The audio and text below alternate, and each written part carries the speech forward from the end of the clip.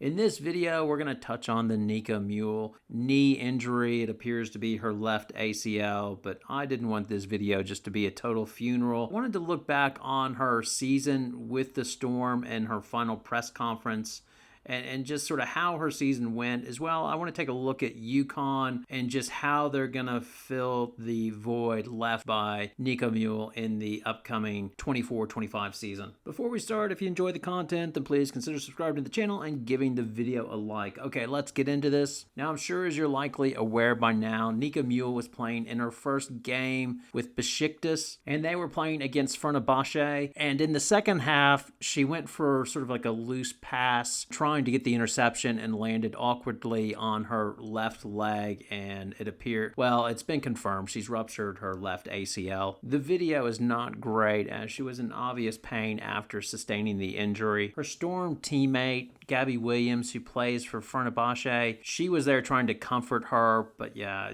it wasn't real great, obviously. Unfortunately, this will knock her out of the WNBA for the 2025 season, which is a real shame because I watched her post-game or exit interview after the Seattle Storm season, and she was just really frank and honest during that press conference, just really accommodating and answering the questions well, I thought, giving thoughtful answers. The thing that struck me was her talking about finding joy in not being a starting player and having reduced time of watching film, trying hard, making her game better, trying not to sulk, which are things that you would expect from her. I've grown so much off the court.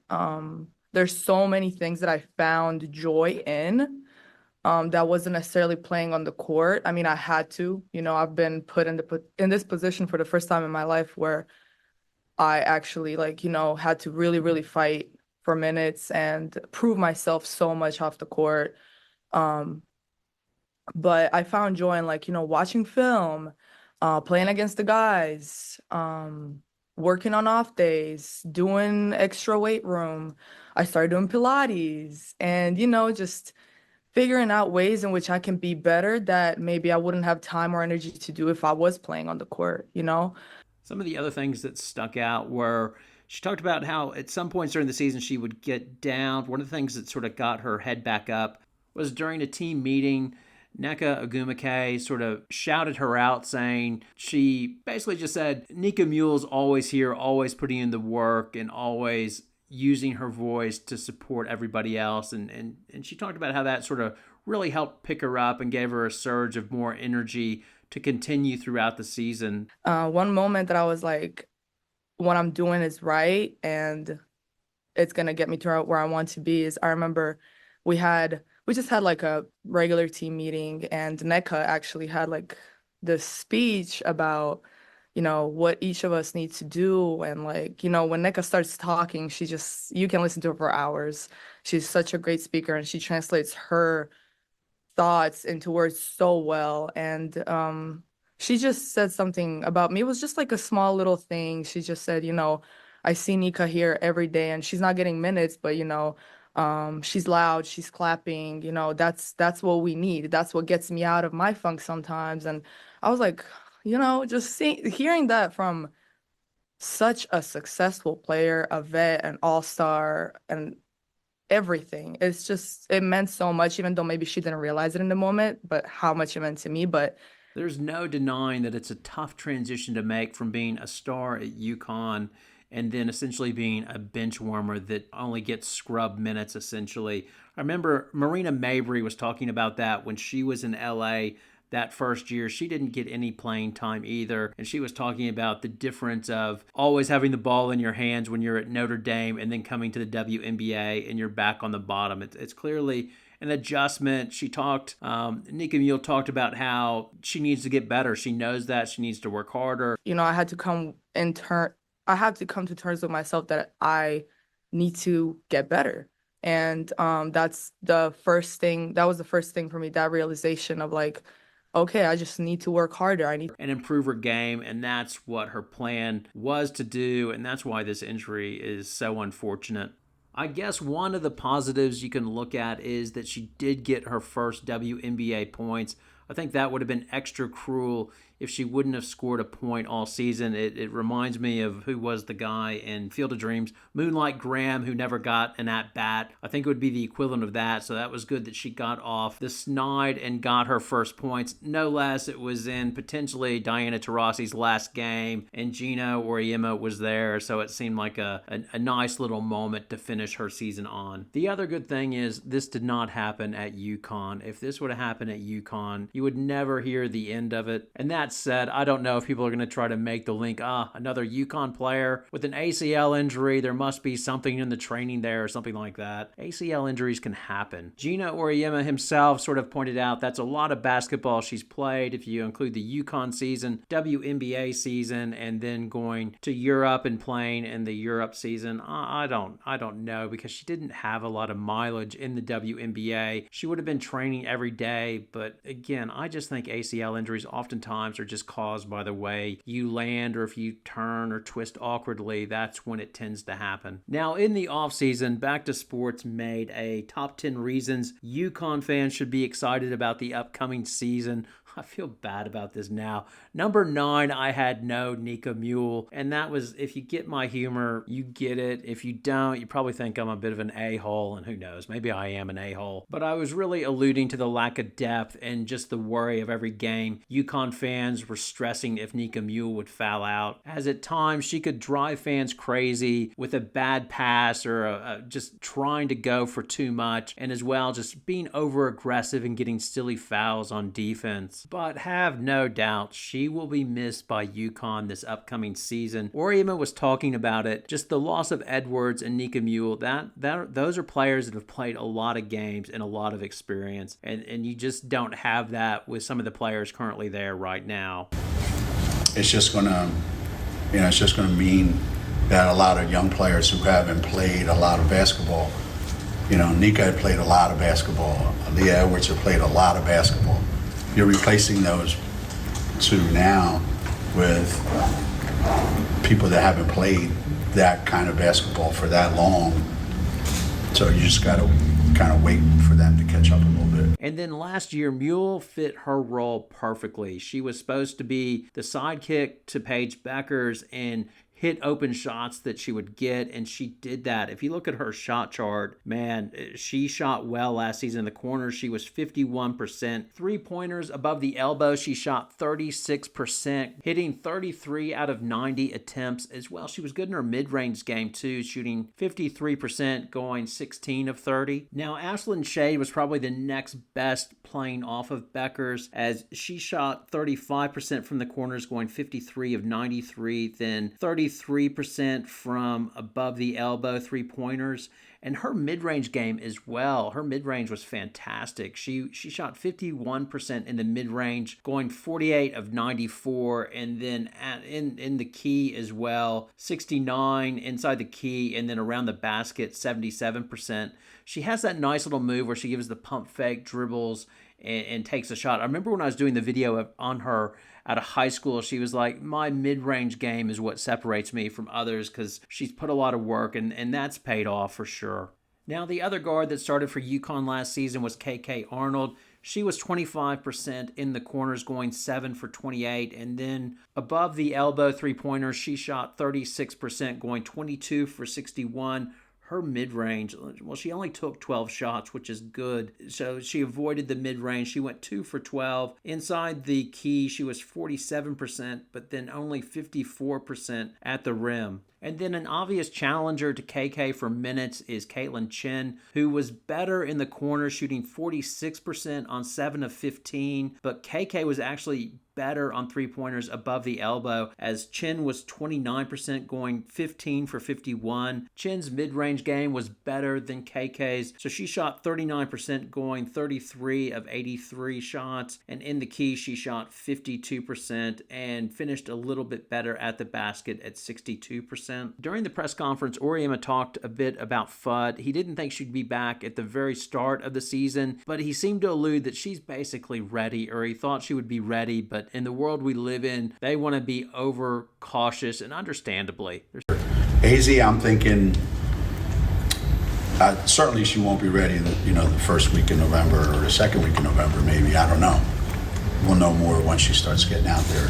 But I would say before we get into the biggest, most important parts of our schedule, keeping my fingers crossed that, she can be with us, during that time. She looks great. I mean, she feels great. She's confident. It's just, the world that we live in today, there's more of a, let's be cautious rather than let's be, we've been through that, so, that scenario. But, yeah, I think AZ will be back before anybody else. It seems like they're aiming for December, I would suggest, or maybe mid-November to late November she gets minutes and sort of built up to more minutes and regular minutes by December. And yes, AZ Fudd Talks always triggers comments, and some say she's overrated and not overrated and everything else. But I know why Geno Auriemma drools when he looks at her shot chart from the 21-22 season, as she shot 42% from the corners on 17 of 40, and then above the elbow three-pointers she went 41 for 95. That's 43%. In mid-range game, again, that was strong at 37%, going 20 of 54. And then inside the key and at the basket, she was good as well, going 56% in the key and 75% at the basket. So overall, I think they're going to play combinations and see what works the best. It was interesting during the press conference, Auriemma was asked if Paige was going to play off the ball again. And he was like, not necessarily. She could run the point. Having Paige have the ball in her hands isn't necessarily a bad thing. In an ideal world, who's the point guard? Do you want to keep Paige off the ball as much as possible? No, not necessarily. Not necessarily. I don't think anything's. This is definitely that. Yeah, I think it's all. Let's just see what happens. I think there's benefits to both things. We had a lot of success last year playing with four guards. I don't envision us doing that as many games this year, as much. But it seems like the more ball handling guards we have out there, the better. And having Paige on the ball is always a good thing. Having the ball in Paige's hands is always a good thing. I was probably guilty of not having the ball in her hands more often last year. At times. So I would be happy if the ball was in her hands a lot more than it was last year. Whether that means, she's playing position A, B, C, or D, it doesn't really matter. That's just the way it's going to be. So I could see an initial scenario where the starting lineup would be Paige Bueckers, Ashlyn Shade, and then the choices between Caitlin Chen and KK Arnold. But then it could morph over time as AZ Fudd gets back in the lineup, and then they look at what's most productive. Is it having Paige Bueckers run the point with Ashlyn Shade and AZ Fudd? Is that their best offensive lineup, and does it hold up defensively? That was one of the issues with Shade last year, and an area that Auriemma is hoping to see improvement from her. I think both of them have improved, in the areas that I was hoping that they would improve, Ash more defensively than anything else. But ultimately, I think this thing is going to be like a puzzle that they're putting together, and they'll play around with it to see what is their best lineup. Another one of the interesting comments from the press conference was, one of the reporters asked, is it nice to have bigs back again versus last season? And Auriemma was like, I had bigs last year, they just didn't play. Is this the most size you've had in a while, would you say, on the post? Yeah, I mean,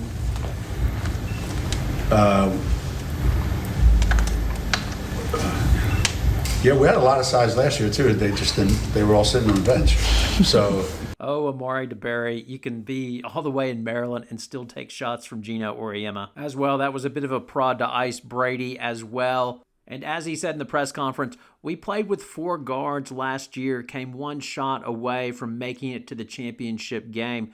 And that's what they'll do. Essentially, when they went to Texas and he tried to play Ice Brady and they got their heads caved in and came back late in the game when he went to a four-guard lineup and Cadence Samuels got hot, he's like, I'm done with just playing bigs because you're supposed to play bigs. If my best players and best lineup or most efficient lineup is four guards, then that's what we'll play with. So if we're not going to get any second chance points anyway, you know, I might as well just play small.